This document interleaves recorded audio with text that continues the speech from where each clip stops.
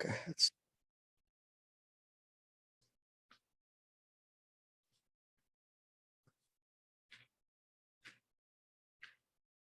the name of the Father, and the Holy Spirit, one God. We're continuing the book of Joshua. We just had started just a few verses last time. We did from 1 to 9, I believe. The idea again of as we talked about how God is starting and setting Joshua to start from the beginning with reality, with the fact that Moses is dead, and then with a bunch of promises and bunch of things that basically goes, as we talked last time, about the leading, the dividing and conquering, leading, conquering, and dividing. One thing just to go back to again, as I was reading more and more into that, which is the idea of, the translation might not be very, very clear, which means always the Lord is talking to Joshua, and Joshua is talking to the people to possess, but the actual word is to inherit, not to possess, which is a little bit different, right? The inheritance, possess means something that's yours, and it's going to be yours. But the idea behind it, as I was reading more and listening more to that, and looking back again to the Hebrew, the idea that the land is actually God's land. It's not their land. So they will instead of possess and inherit, they will inherit and stay there. Right? That's why if you read in the Old Testament that nobody would own a land, right?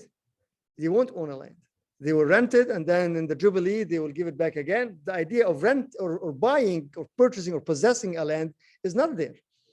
Why? Because the land belongs to the Lord. And as he said here in Joshua, that I have given that promise to your father, right? In verse 6, right? To the land that I swore, right? That's what it says in verse 6. Yes. The land which I swore to their fathers to give them. So I'm giving them, So the idea again, why is that important for us to understand? I think it is very important because the idea again that we are inheriting what's not ours, right? And the idea of the grace, the idea of God is just decided to give, right? I was looking into it again. There's another word which is very close to the word in Arabic to also inherit, which is to possess, which is close to the word akhad in Arabic, which is to take. So when you take something, it's yours, right? But when he's not using that word, he's using the word of yaris, which is yarith in Arabic, yarash in Hebrew. So the word itself is more of the connotation of actually, it's I am giving you this, right? And if you look at this concept in everything, in even our life, right, that it is not ours, right? It's not ours. So, don't just, go and do with it whatever you want to do, because at the end of the day, you cannot possess it. It's not yours, right? You're just inheriting it out of the richness and out of the mercy and out of the love of the Father. So it's interesting to look at this and to see actually like why it's specific, this word that he used instead of just to give or to possess. In English, it doesn't distinguish that. Go and possess, as if you are going to purchase something and to be yours and nobody will take it. And the beauty of this, although it's sad, but because when God decided that they don't deserve this, he kicked them out of the land, right? With the captivity, right? Until now, they're still trying to see whose land is this, right? This is the same issue. The same issue, and you politicize this and you make it politics and you make it everything, but at the end of the day, that's not what the intention is. You inherit the land on the condition that you follow the commandments, and if you don't follow the commandments, you'll be kicked out of the land. Yes, David.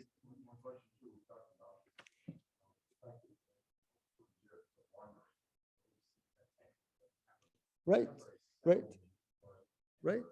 Yes. Right.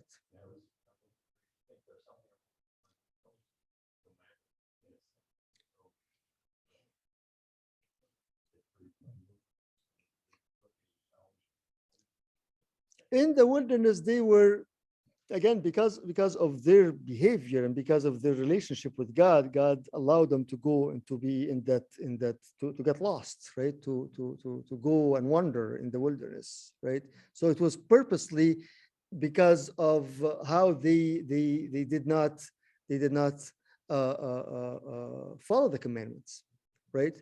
So the idea that they didn't settle in anywhere, because again that wasn't uh, preparing them for what will come after. And he kept reminding them that I promised you the land that will be full of honey and full of every good thing. But the idea that because again, as a consequence again of their own decision, that they didn't follow the commandments and didn't worship God alone and worship other. We were talking about this yesterday in Hosea, how the problem is not just not following the commandment. The main problem that they did not trust God that as the one and only provider. So they start to try to find their own things from other things, from other ways. And that's why they start to have, as we were talking yesterday about having other gods, right? And going back again and desiring what was given to them in Egypt. And as they don't, and they did not trust that God is and will provide them. Although he did, and although he gave them the water from the rock, and although he gave them the manna, and although their sandals didn't spoil, and all those things, but still they wanted something for themselves away from him. And that's what kind of like, if we may say that, what kind of provoked God's anger, like what I have shown you and I've given you and I want to give you and I will give you. I'm doing all those miracles with you, but you're still going and trying to find food somewhere else, right? So that's why they never settled in the place, because that was not the intention. The intention for them is to settle in the promised land, right? And one good thing, as I was reading about this also, the idea of you always see the settlement. And as we will read it here later on, and we did it as yesterday in Hosea also, which is God is giving always. He talks about the wine, giving them the vineyard and the vine. I was just listening about this and said that, if you are on the go, you will never think of planting vineyard, right? It takes a while. You have to settle, right? And that's where settlement came also, as the wine as a source of festivity, of joy, because you're settled. So when you're settled, you are more in peace, you are more established, right? So versus just on the go, you don't think about something like that. So even I was listening to this and linking it to even the idea of the Lord himself when he said, I am the vineyard, right? And you are the branches. When you are part of the vine, you are settled, the vineyard, and it stays forever, right? And it grows and grows and grows and multiply and multiply and multiply, right? So that all won't come unless there is establishment, right? And that's why here, you see that. You see something that's very, very interesting happened as we start this section here. After all this and after the promises and after God has given him the commandments and the promise, or the orders and the promises that will back up the orders, and then you start that Joshua was actually starting to be and to be in action, right? He did something very, very interesting as he starts that whole thing. Again, imagine, what would you think? If you are a commander and you know that you're going to go and you're going to start a journey and you're going to start to conquer enemy and to fight with the enemy, what would the thing that you will ask the people to do?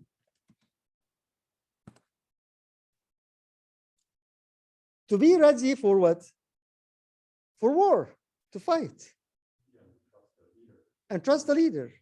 But the one thing that he did here after all this, let's read it, again from verse 10. After you see again, God commanded Joshua, do so and so. And then Joshua is doing what? Commanding the people. the officers, the commanders of the people, actually, and saying to them what? Saying something that's kind of interesting, like, why would we do that? Joshua commanded the officers of the people, pass through the midst of the camp and command the people. So you see again, God is commanding Joshua, Joshua is commanding the commanders are commanding the people. See the train, right? Prepare your provisions, for within 3 days you are to pass over this Jordan to go in to take possession of the land that the Lord your God is giving you to possess. So again, from a military point of view, again, if you are preparing the people, prepare them to do what? Get your weapons, be ready, have a plan. How are you going to do this? But the one commandment that he gave the people is what? Prepare your provision. Why do you think that is?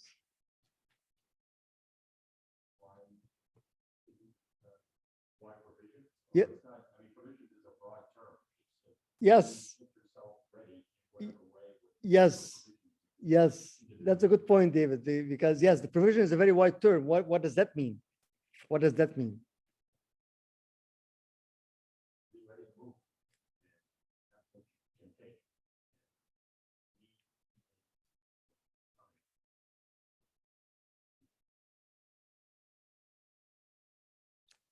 Yes. Something that's very important, actually, probably not going to show in the English text, but in verse 10, when Joshua is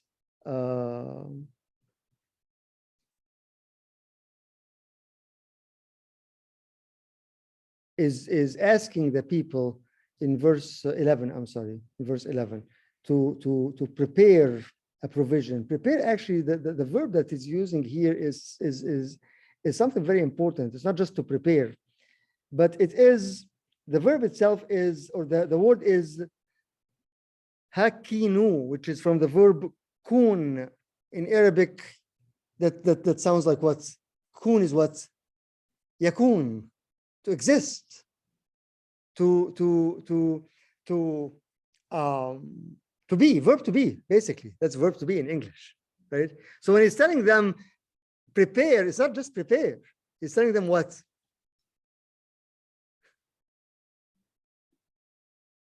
Exist in a way. Remember the name of God, Yahweh, which is to exist, right?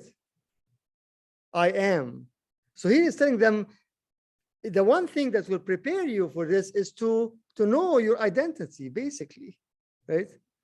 To be, right? To be meaning what? To be ready for that mentally, physically, preparing. That preparation is what is everything. It's not just prepare whatever that provision that will be in order. No, he's like, okay, understand, basically, again, that understand that who will you be, right? It's very interesting. The verb is very interesting to exist in the condition and in the status and in what God wants you to be. Remember, again, these are slaves that coming out of Egypt and went in the being in the wilderness for 400 and so years, right? They probably, yes, they might have kept something, but again, even from last chapter, we see that the Lord asked Joshua to do what? Bring again the book of the covenant and keep it, not just keep it with you, keep repeating it, meditate in it day and night, right? This is your source of victory. And now he's saying something else, that be that, right? So after giving them the advice to not to go left or right from the book of the covenant, he's saying that, okay, yes, there is provision for the people, but that provision, first of all, it has to be what? On their understanding of who they will be and who are they as the people who will inherit. Back again to the inherit, right? No one just from the street will go and inherit, right?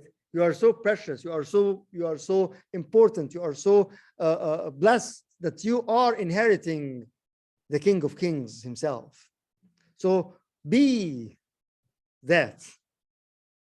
Very interesting. Be firm, be stable, be established, be set up, be directed. All right. So be your status, your understanding of who you are. Yes, David.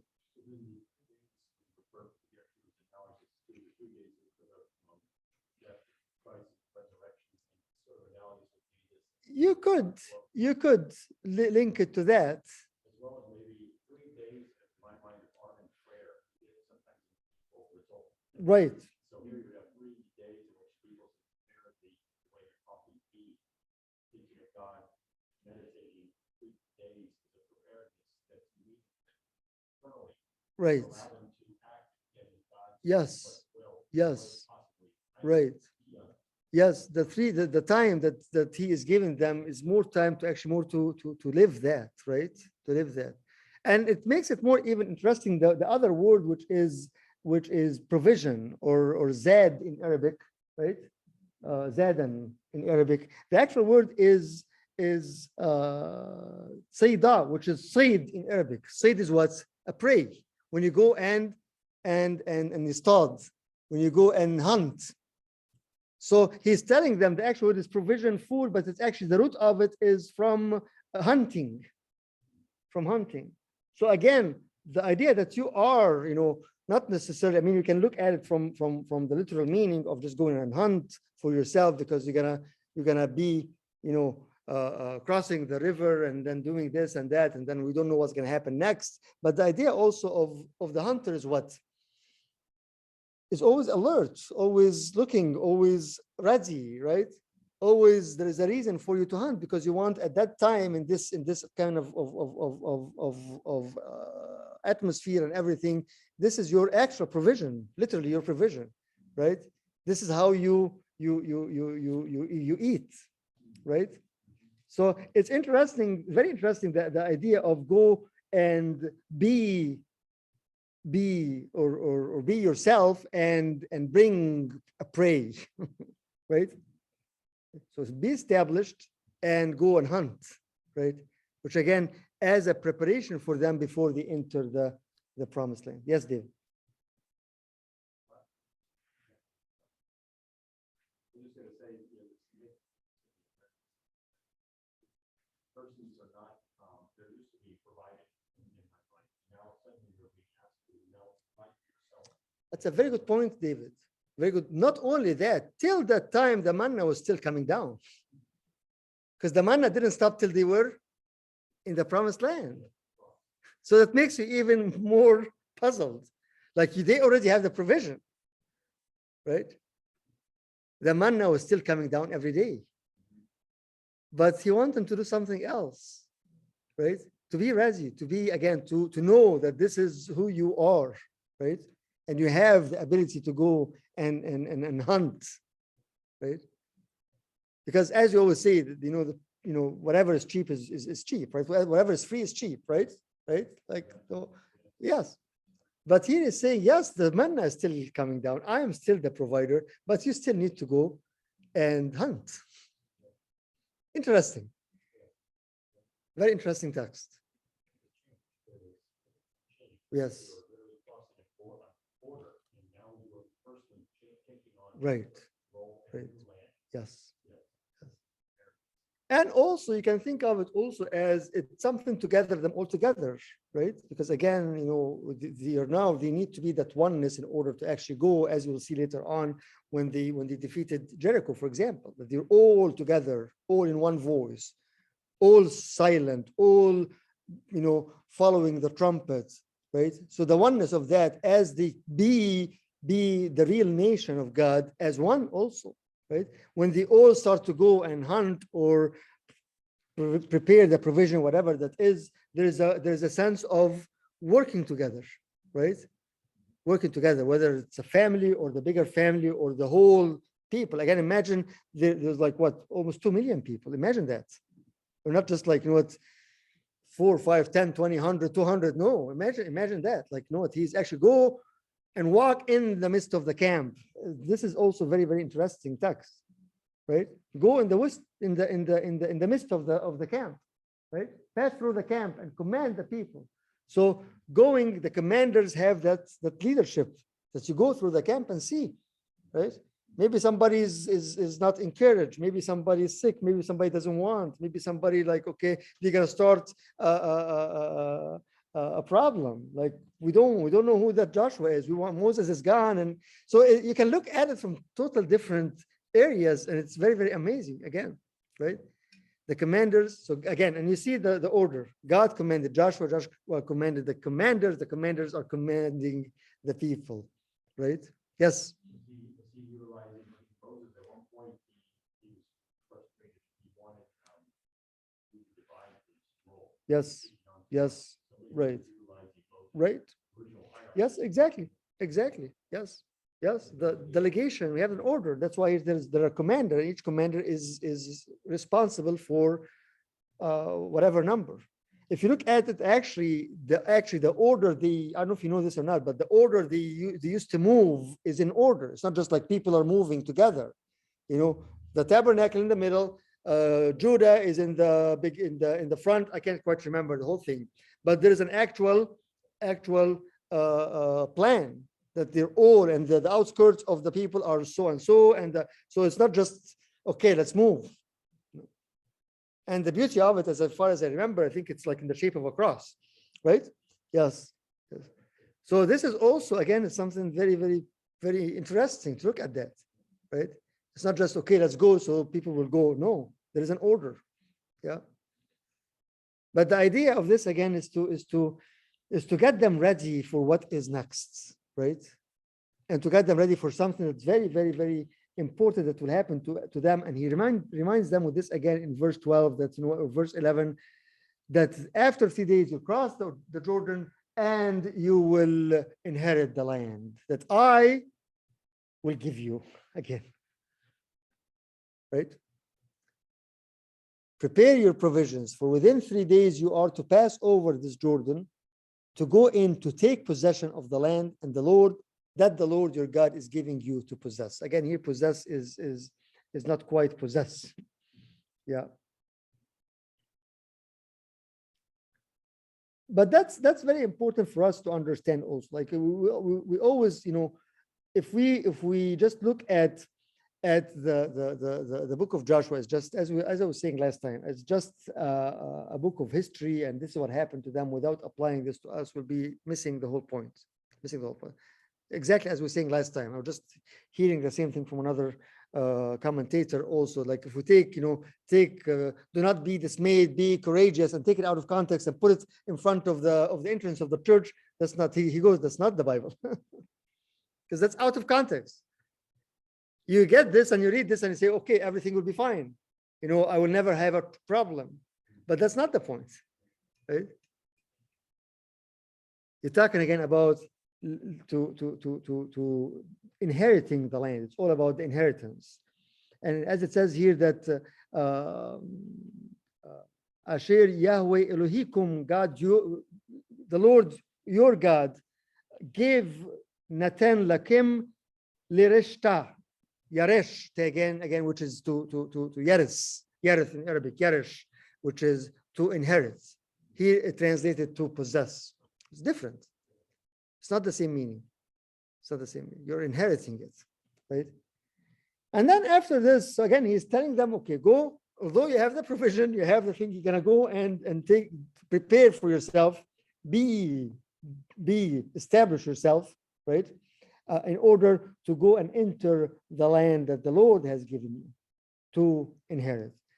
And then he touches on something that's very, very, very strange also, which is the situation of the Reubenites, the Gadites, and half the tribe of Manasseh.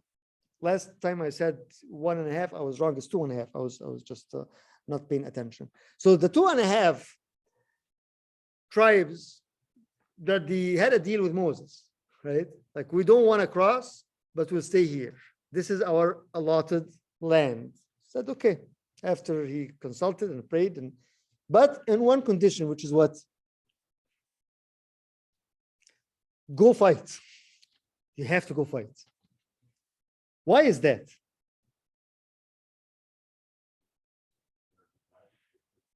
United with that? Yes, yes, yeah.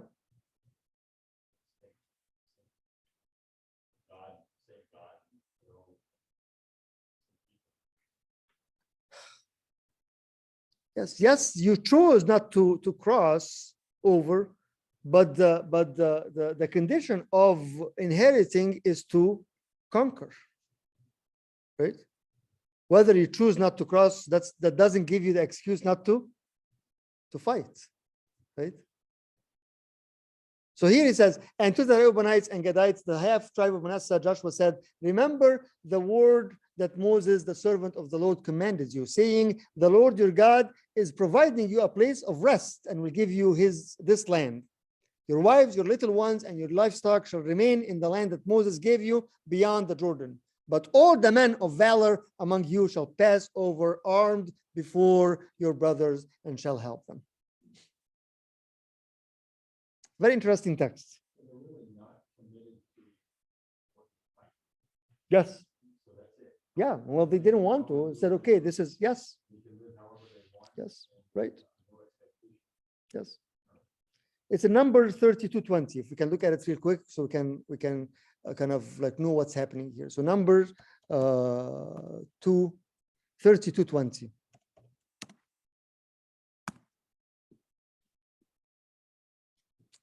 Before that, it says that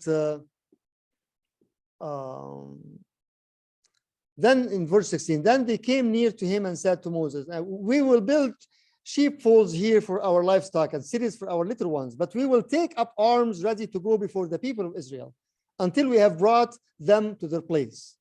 So, okay, like we're gonna go help them to fight till they reach their place, but we want to have this land. And our little ones shall live in the fortified cities. Again, the idea of the cities, the fortified cities, because of the inhabitants of the land. We will not return to our homes until each of the people of Israel has gained his inheritance. Okay? For we will not inherit with them on the other side of the Jordan and beyond, because our inheritance has come to us on this side of the Jordan to the east. Their allotted land came to this part, so we're going to stay here, just going to go with you and fight and then come back again. So Moses said to them, if you will do this, if you like, if we will take up arms to go before the Lord for the war, and every armed man of you will pass over the Jordan before the Lord until he has driven out his enemies from before him, and the land is subdued before the Lord, then after that you shall return and be free of obligation to the Lord and to Israel. Again, very interesting text. And you see, again, you question this, like, why did God allow them? Like, the whole thing is about going to the promised land, right? But here, at one point, they said, okay, like, our allotted, or our lot came into that area, and this is where we want. It's fortified, and we're going to build everything, and let's just stay there, right? It's puzzling also, right? And you look at it again, and but that did not give them the excuse, although they choose to stay there, but still you cannot get excuse to do what? To fight.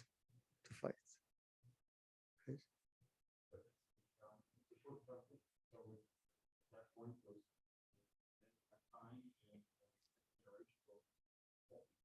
Right. Yes. Yes. You need to go back again and understand why did they want to do this. If you go in the same chapter, in verse 1 to 1 and 5, in chapter 32 of Numbers, it's good to understand this. That's why we're kind of like doing a side note, but it's important. Now the people of Reuben and the people of Gad have a very great number of livestock, and they saw the land of Jazer and the land of Gilead, and behold, the place was a place of livestock.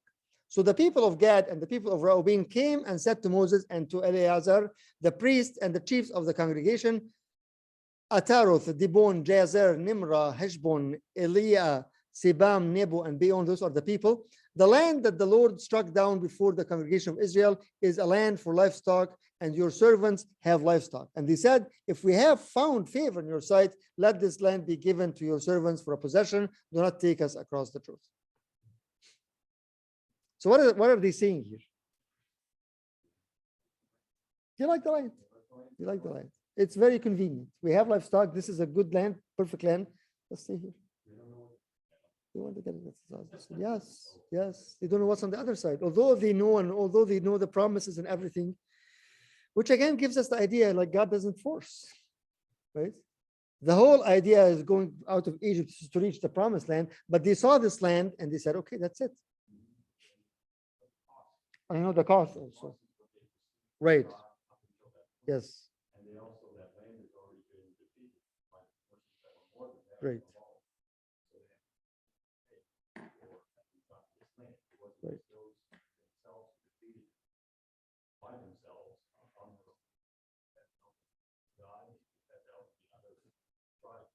Right. And they had to be part of it. Yes. They had to be part that they still, I mean, you love this land and this is comfortable for you. That's not going to give you an excuse not to fight. Okay. Very interesting concept. Very interesting concept. And if we apply this to ourselves also, like, okay, you know what, this is all I want, or I'm going to choose for myself. I don't want God to choose for me. It's fine, but that doesn't give you the excuse not to struggle. Right? Yes. Yes. But and they got it. They said yes.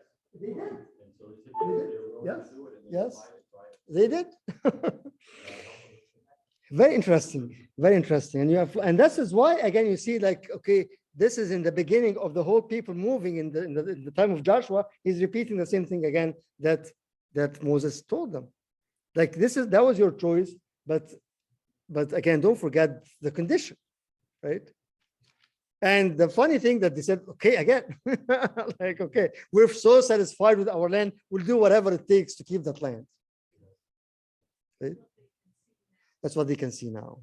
That's what they can see now. You Yes. didn't mention the half tribe of Manasseh.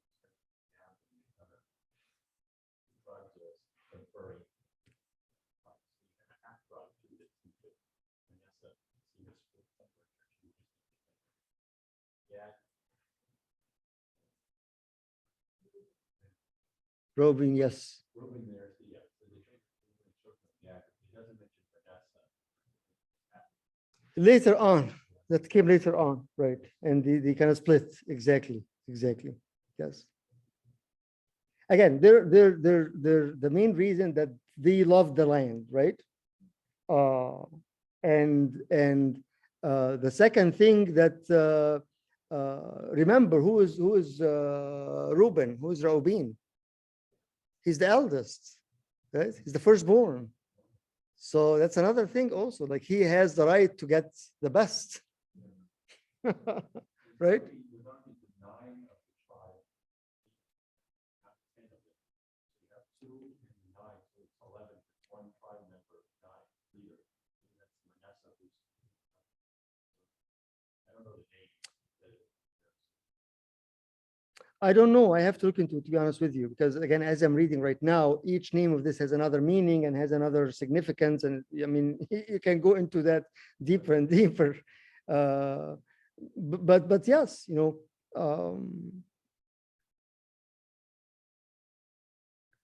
it's interesting, Reuben and Manasseh and Gad, the three of them, because Gad is the firstborn from the servant Zalpha.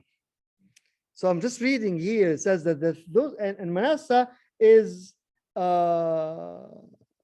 he's supposed to be the firstborn, but Ephraim took the blessing. So you see that 3 of them actually didn't take what they should take. Very interesting. So that we're like, okay, no, we cannot choose for ourselves now. We lost it before for whatever reason, but now, no, this is our time. So you see that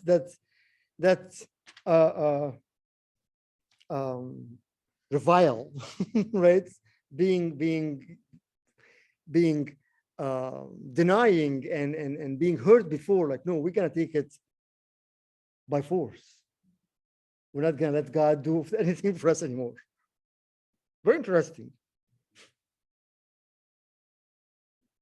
And that's why those 3, again, it's not just haphazard. Again, the Reuben is his firstborn. Gad is the firstborn from Zalpha, and Manasseh was supposed to be, but Ephraim, who was youngest, took it from him. So as if like, no, then okay, we're gonna take what we should have, right? We deserve that. That's the word I'm looking for. Yes. Interesting how things can affect our decision, right? Feeling that we were stripped from something that should have been ours. God wasn't fair with me at one point, right? And then that's why, next time I'm gonna deal with it on my own, right? I don't want to depend on him anymore. It's beautiful when you kind of look at it this way. Origen also said something that's very important about this. He said that there must be a kind of like a hidden secret for the three to choose that land, rather than moving on with the other nine tribes. And as Origen always does, is very, very figurative. He says that the three is a kind of analogy or metaphor for the church of the Old Testament that's still part, but did not want to go fully to the promised land, like the Jewish who did not want to believe, right? So saying again, the kind of still part of the full, but they refused to believe, and then they settled on one side without going fully to the promised land. It's not, they are not in the same richness of the blessings of the New Testament. That's what he says. Who crossed the river as the baptism? See, Origen, طبعا Origenus يعني. This is all what he does. You know, just the analogy and all this. You know, it's a perfect image of the human being, the believers who received part of it, but did not fully move on to the fullness of the blessings, right?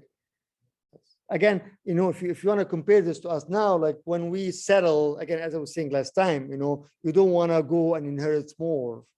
You don't want to have more territories, right? It looks fine, it looks good. This is perfect for our livestock. We're going to build cities, we're going to settle here. Even though if we have to go and fight, we'll do that. That's fine. We're ready to do that. But our mind is beyond the Jordan. Interesting. That's why, again, you see Joshua here is, okay, he's preparing the people and he's setting the order, right?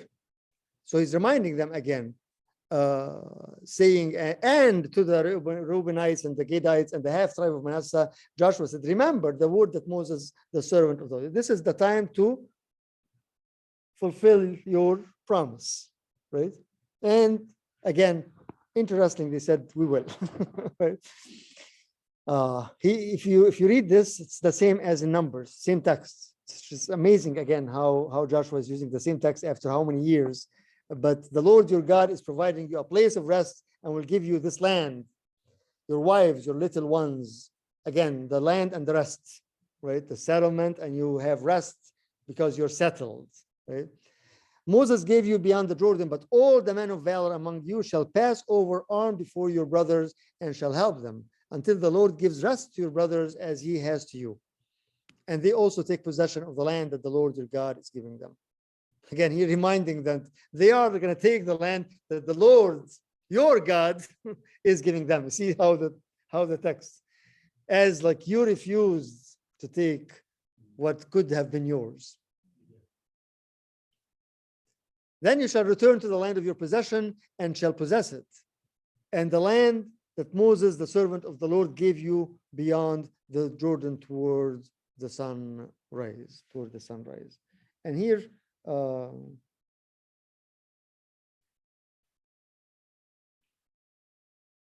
me just check something here.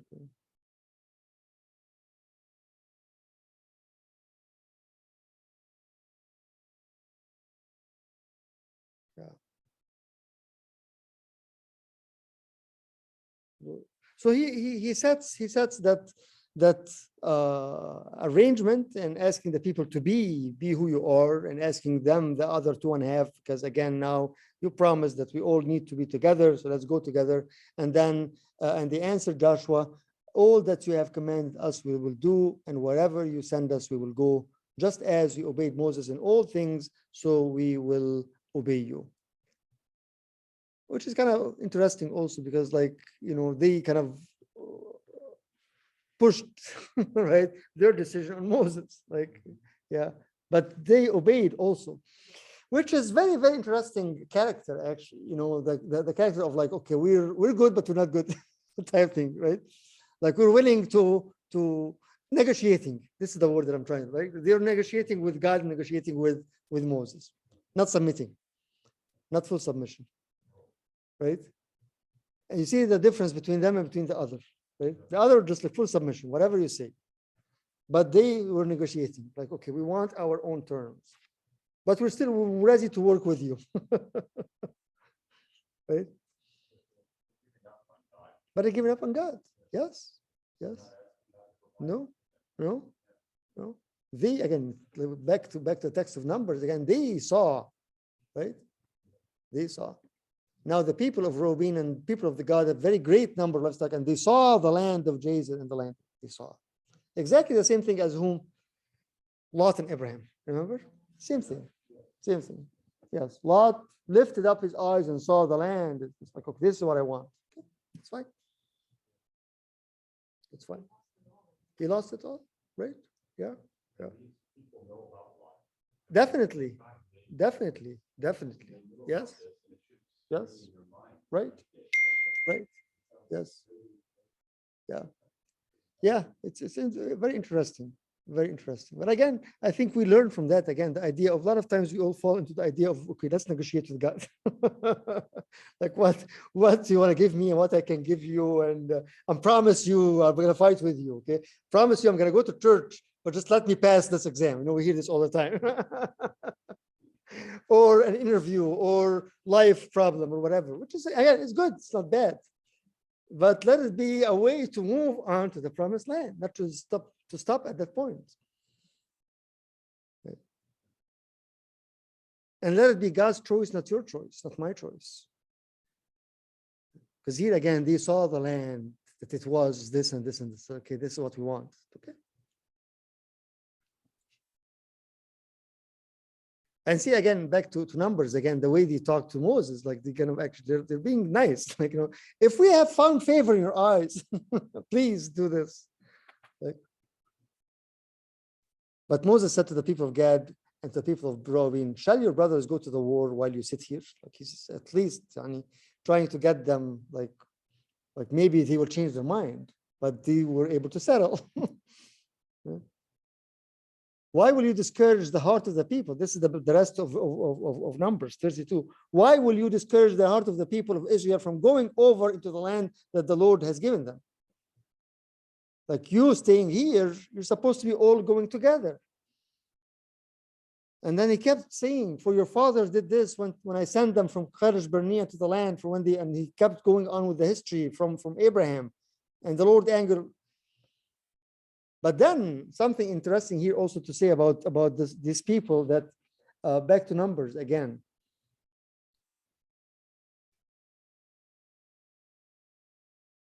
He's giving them or reminding them of something that went very, very wrong when the people chose to themselves again. And so he goes in verse 10 or verse 9 again. This is Numbers 32. For when they went up to the valley of Eshcol, he's talking about their fathers, right? In Kadesh Barnea, which is the place where Abraham was in the beginning. For when they went up to the valley of Eshcol and saw the land, they discouraged the heart of the people of Israel from going into the land that the Lord had given them. And the Lord's anger was kindled on that day, and he swore, saying, surely none of the men who came up out of Egypt from 20 years old and upward shall see the land that I swore to give Abraham, Isaac, and Jacob, because they have not wholly followed me. Not wholly followed me, right?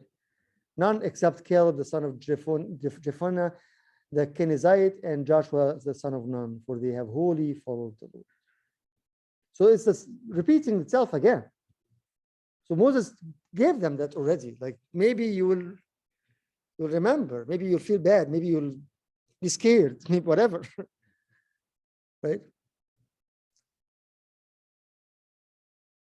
And behold, you have risen in your father's place. But then the end, for they came near to him and said, we will build sheepfolds here for our livestock and cities, but we will take up arms. So in order to settle for something good, you know. Yeah. It's amazing how we don't learn from things and from previous situations like that. But again, this is, yes, go ahead, Dream. Sorry, you can finish with your No, go ahead. So the part they chose is outside of the promised land, right? Before crossing the Jordan. Okay. So it's called beyond the Jordan. Thanks. Yeah. Yes. Yeah. And it was good land. Again, it was very good land. But it was their choice. Yeah. Very interesting story. And very interesting that Joshua brings it back again. Before they march into Jericho and to cross the river and to all those things. As like, actually, it's encouraging in a way for the people. Like, you were the one who submitted, right?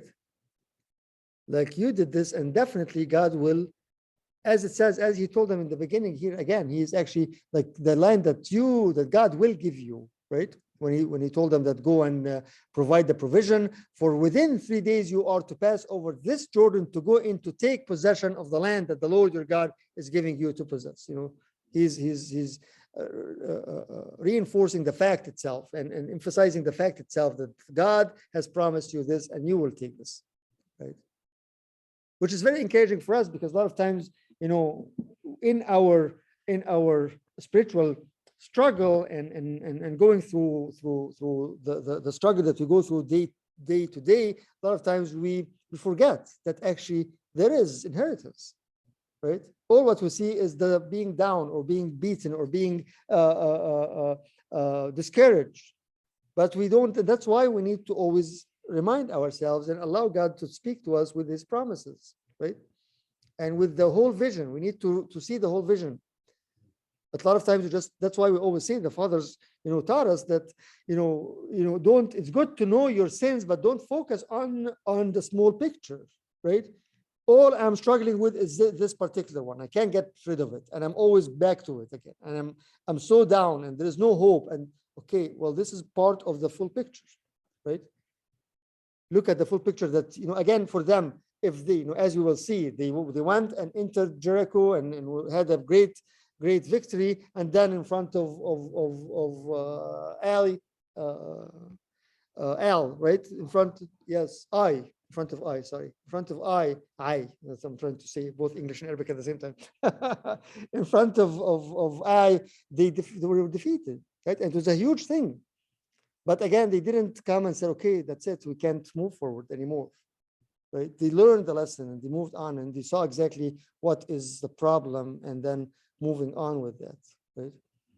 And that became actually hope for them. It's very interesting because we're studying Hosea on Friday. The part that we didn't touch on yesterday is the Hosea 2, where he said that the valley of Akur will become a gate of hope. Valley of Akur is actually where Achan, the son of Carmi, who was the reason for for that battle to be defeated, that's where he was stoned and died. So that valley that was the symbol and the history and the mark of your defeat, of your not being faithful, that same valley will become hope after this. That's Hosea, right?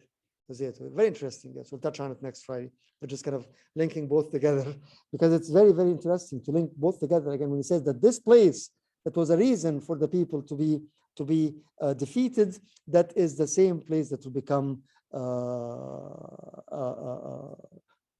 reason for hope for you. Hosea 2. I think it's 16 probably.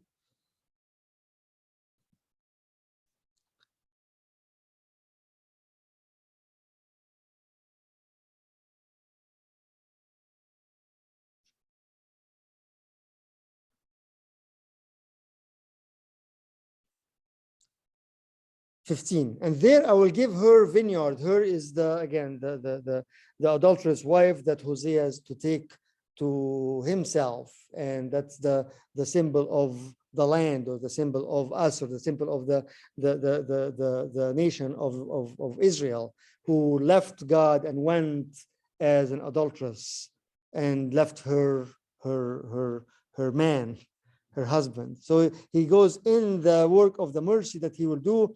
I will allure her, bring her into the wilderness and speak tenderly to her. And there I will give her vineyards vineyards, again, the settlement, and make the valley of Achor a door of hope.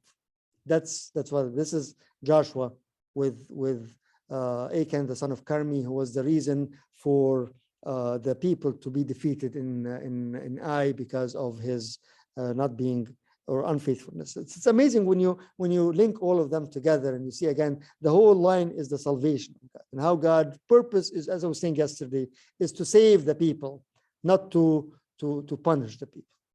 This is the whole thing, to the point that okay, I will make this place a source and a door of hope, which is very interesting text also. Yeah. So this by this we're finishing 2, right? Or 1, I'm sorry. 1, yes. Yeah. And we'll move on with 2 again. Another beautiful text. How he sends the spies and the story of Rahab. It's amazing story, and there's a lot of things to say about it as we will continue next time, God willing. Okay, questions? Yes, Steve. I'm only interested now to see where we live and that's our formation around it. Because at one point, God destroys all the grumblers that are on the periphery. And I always have this image that those that are physically far from the center and people ones closest to heart are further. Mm, And so sometimes I think it's when God wants to be near God, and maybe that's the ones that are God has tried to mm, the periphery would be the place, furthest most points by their choosing to. yes, yes. That's a good point. Where are they from? They are on the south side. So let me show you here. Show you also online. This is interesting to look at it also. So you see on the north, Dan, Asher, Naphtali, and you see the camp of Judah on the east, the camp of the Ephraim on the west, and south is the camp of Gad, Simeon, and Reuben. So and then Gad, Reuben, and then Manasseh was, where's Manasseh? On the west also. So I mean, it's kind of interesting to look at it this way, but here is the actual thing, formation. Yes. So you see again that down here is Gad and Reuben, and then Manasseh is here. So this is a big part of the southern territories. So they are supposed to control or to protect the southern part of the whole people, right? So if 2 of those, yes. Actually, it's very interesting. I was reading something, it reminded me of something here that maybe I can just, a piece of fact here that is very, very interesting about, even with that the people, that Joshua told them to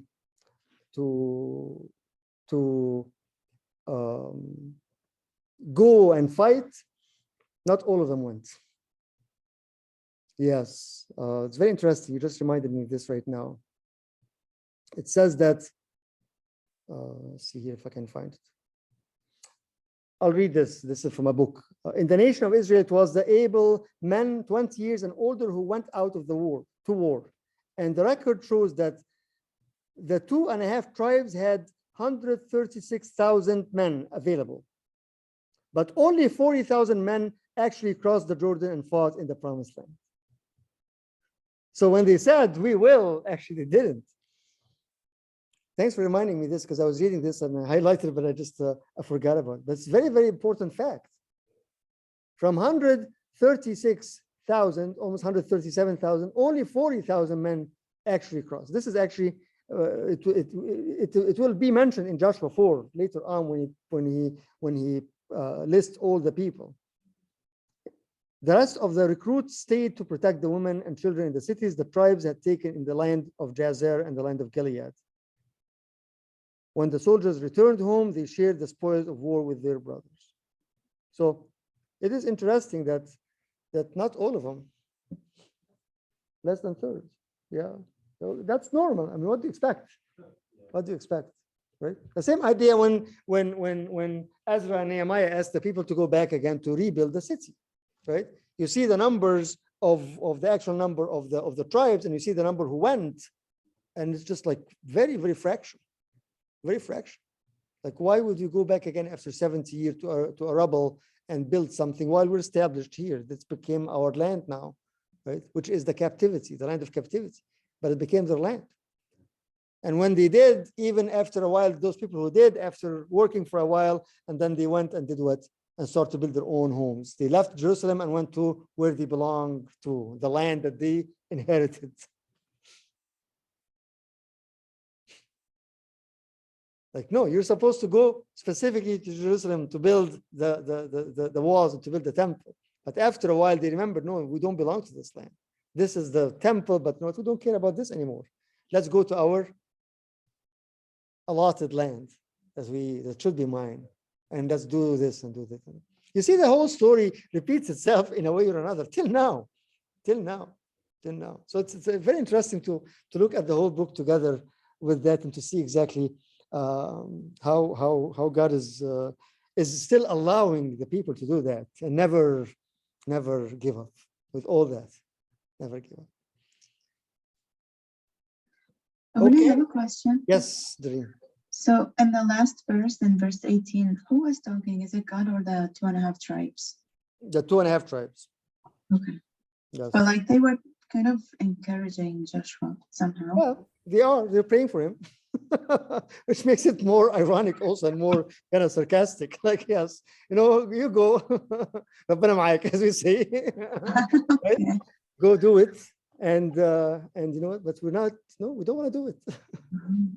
Whoever rebels against your commandment and disobeys your words, whatever you command him shall be put to death.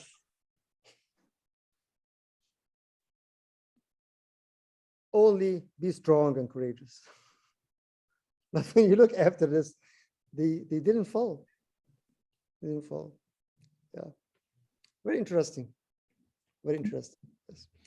Okay, we'll go more and more into a different thing next Friday, next Saturday, God willing, which is the story of the spies and going into the city and how Rahab and who is she and what does it mean, and it's a totally different and long story also. So God willing. Okay. Sounds like a plan. Thank you. We'll continue next week, God willing, normal time. Next week is the 21st. Yes, normal time, God willing. So 6:30 to 7 and 7 to 8, God willing. Yes. Okay.